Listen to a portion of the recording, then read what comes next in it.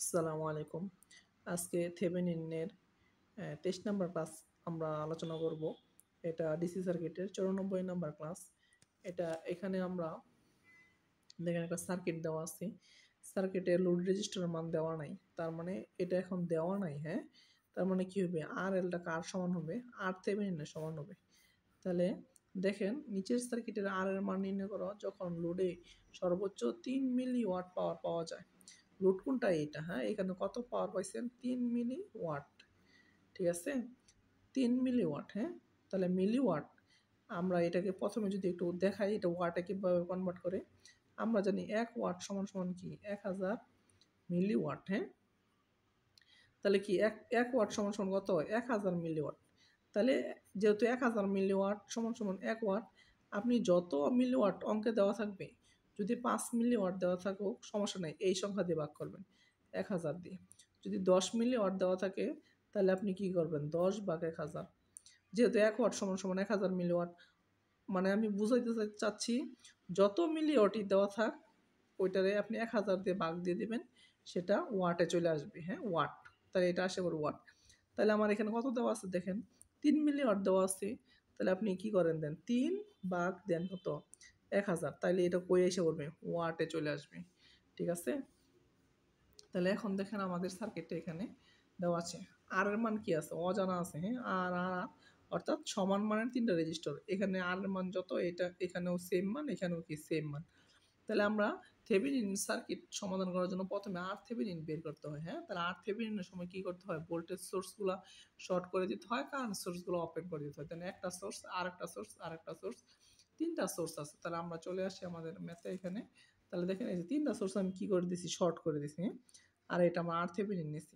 তাহলে দেখেন এই আপনি এটাকে একটা সোর্স পাবেন সবসময়। এই যে কারেন্ট যাবে ৩ টা পথে কারেন্ট যাবে ১, ২, ৩, ৩ পথে কারেন্ট গিয়ে আবার এই জায়গায় এসে সবগুলো কারেন্ট যোগ হয়ে যাবে। যোগ হয়ে আবার এখানে আসবে।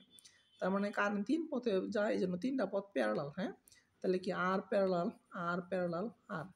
যদি সমান মানের ৩ টা রেজিস্ট্যান্স প্যারালাল হয়, যতগুলো রেজিস্ট্যান্স আছে ওই সংখ্যা দিয়ে একটা রেজিস্টরে ভাগ দিয়ে দিবেন। তাইলে এইটাই কি হয়ে যাবে? RThevenin হয়ে যাবে। তাহলে দেখেন আমি এখানে লিখছি RThevenin, R parallel, R parallel, R। তাহলে এখানে যদি ৫ টা থাকতো তাহলে R/5, এখানে যদি ৬ টা থাকতো R/6, এখানে যদি R প্যারালাল করে 10 টা থাকতো তাহলে R/10 হইতো আরকি, হ্যাঁ? তাহলে আপনারা বুঝতে পারছেন আশা করি। তাহলে এখন দেখেন VThevenin, হ্যাঁ? তাহলে আমি এখানে VThevenin বের করব। তাহলে আপনি যদি এখানে VThevenin বের করেন, আপনাকে এখানে এটা অনেকভাবে বের করা যায়। তবে সবচেয়ে নোডাল অ্যানালাইসিস পদ্ধতিটা এখানে সহজ হবে, হ্যাঁ? তাহলে নোডাল যারা করেন নাই, আমার নোডাল ক্লাসগুলো আছে। নোডাল ক্লাসগুলো সামনে নিব। ওই ক্লাসগুলো করার পরে এই ম্যাথটা করবেন। আর যারা নোডাল পারেন এখনই আপনি এটা চাইলে করতে পারেন, হ্যাঁ? তাহলে দেখেন আমার এই যে আমি এখানে রেফারেন্স নোট দিছি, আর এগুলার এখানে একটা নোট দিছি। নোডের ভোল্টেজের নাম দিছি কি? VThevenin। দেখেন এই যে এখানে যদি ভোল্টমিটারের পজিটিভ প্রান্ত এখানে, হ্যাঁ, ধরি, আর ভোল্টমিটার নেগেটিভ প্রান্ত ধরি, তাহলে আমার এইখানে যে ভোল্টেজটা আসবে, এই ভোল্টেজটা এই পয়েন্ট আর এই পয়েন্ট কি সেম পয়েন্ট, আর এই যে মাইনাস পয়েন্ট, এই পয়েন্ট আর এই পয়েন্ট কি সেম পয়েন্ট। অর্থাৎ এখানে একটা পজিটিভ ধরেন, এখানে একটা নেগেটিভ ধরেন, যে ভোল্টেজটা পাবেন আমরা জানি কি এখানে ভোল্টমিটার ধরা মানে কি এইটুকু ভোল্টেজ শো করবে। আর যেহেতু এটা প্যারালাল সার্কিট, এইখানে একটা পজিটিভ ধরেন আর এইখানে একটা নেগেটিভ ধরেন, সেম ভোল্টেজ দেখাবে। অথবা এইখানে পজিটিভ ধরেন আর এই জায়গায় এসে নেগেটিভ ধরেন, এই সেম ভোল্টেজটাই দেখাবে, হ্যাঁ? প্যারালালে কি জানি আমরা? ভোল্টেজ সমান। তাহলে দেখেন KCL, হ্যাঁ? তাহলে আমার রেফারেন্স নোটটা আছে এটা, হ্যাঁ? এই ভোল্টেজের প্রেশারটা এই দিকে সবসময়, আর এই যে এই ভোল্টেজের প্রেশারটা কোন দিকে? সবসময় অপোজিট। এটার অপোজিট এটা, এটার অপোজিট হবে এটা। আর যখন আমরা এই ব্রাঞ্চটা নিব তখন এই প্রেশারটা থাকবে কোন দিকে? এইদিকে। আর ২ ভোল্টেজের প্রেশারটা থাকবে উপরের দিকে।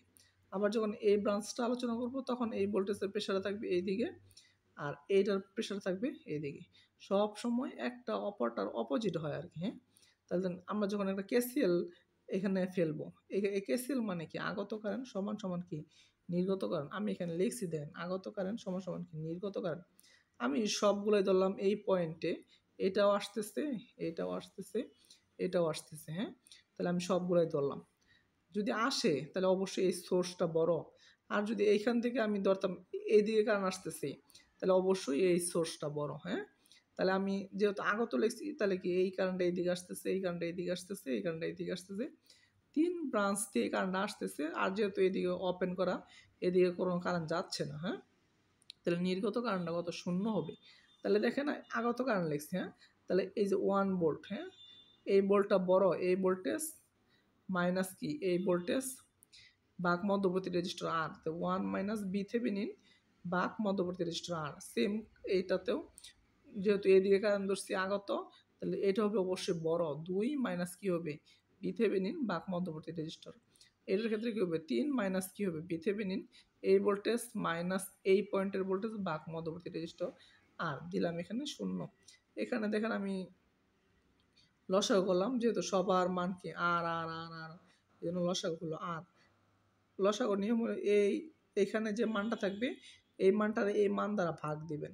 তাহলে আর দিয়ে ভাগ দিলে 1 হয়, 1 উপরের সংখ্যা হলো গুণ হয়, তাহলে 1 দিয়ে গুণ দিলে এইটাই হবে। এখানে যে ভাগ করে 1 পাবেন, 1 দিয়ে গুণ দিলে এইটাই হবে। আবার আর ভাগ করলে আর দ্বারা 1 হবে, এটার গুণ দিলে এটাই আসবে। তাহলে আমি এখানে ক্যালকুলেশন করলাম, VThevenin সমান সমান 2 ভোল্ট আসলো। হ্যাঁ, তাহলে আপনি দেখেন এখানে আমরা এখানে তাহলে পি লোড ম্যাক্সিমাম। হ্যাঁ, তাহলে যেহেতু এখানে আর থেভেনিন আর আর এল সমান, যেহেতু লোড রেজিস্টার মানটা ফিক্সড দেওয়া ছিল না, প্রথমে বলছিলাম আর এল আর থেভেনিন সমান, এই জন্য সবসময় এই সূত্র ব্যবহার করুন, পি লোড ম্যাক্সিমাম, লোডের maximum power V Thevenin square by 4 R Thevenin. হ্যাঁ, তাহলে দেখেন লোডের পাওয়ারটা পাইছিলেন কত? 3 মিলিওয়াট। হ্যাঁ, তাহলে 3 মিলিওয়াটকে ওয়াটে বানানোর জন্য tan ইনভার্স 3 দ্বারা গুণ করছি। tan ইনভার্স 3 যে কথা 3 ভাগ 1000 দেওয়া কি সেম কথা। হ্যাঁ, এটা যে কথা 3 ইন্টু 10 ইনভার্স 3 সেম কথা। হ্যাঁ, তাহলে সমান সমান 2 স্কোয়ার, বি থেভেনিনের মান 2 বের করলাম, 4 আর থেভেনিনের মানটা অজানা, তাহলে আমি এটা ক্যালকুলেশন করলাম। আপনি ক্যালকুলেটরে সবগুলো উঠাই দিবেন, আর থেভেনিনের মানটা এটা আসবে। হ্যাঁ, 333.33। আর থেভেনিন কত পাইছিলাম? আর বাই 3, একটু আগে দেখাইছি। তাহলে এখান থেকে ক্যালকুলেশন করলাম, আর এর মানটা হইল 1000 ওহম। 1000 ওহম লিখতে পারেন বা 1 কিলো ওহম লিখতে পারেন, এটা আপনার ইচ্ছা। আপনারা যারা আমার ক্লাসে নতুন আছেন, ক্লাসগুলো ভালো লাগলে আপনারা কমেন্ট করবেন, লাইক করবেন, কমেন্ট করবেন, শেয়ার করবেন, আর বন্ধুদের সাথেও শেয়ার করবেন। আর যারা ফেসবুকে দেখতেছেন তারা ইনশাআল্লাহ শেয়ার করবেন। আর এটা আমার হোয়াটসঅ্যাপ নাম্বার, আপনাদের যদি কারো দরকার লাগে আপনারা আমাকে নক দিতে পারেন, আর আমার শিট নিতে পারেন চাইলে ইনশাআল্লাহ। আপনারা যোগাযোগ করবেন ইনশাআল্লাহ। আসসালামু আলাইকুম।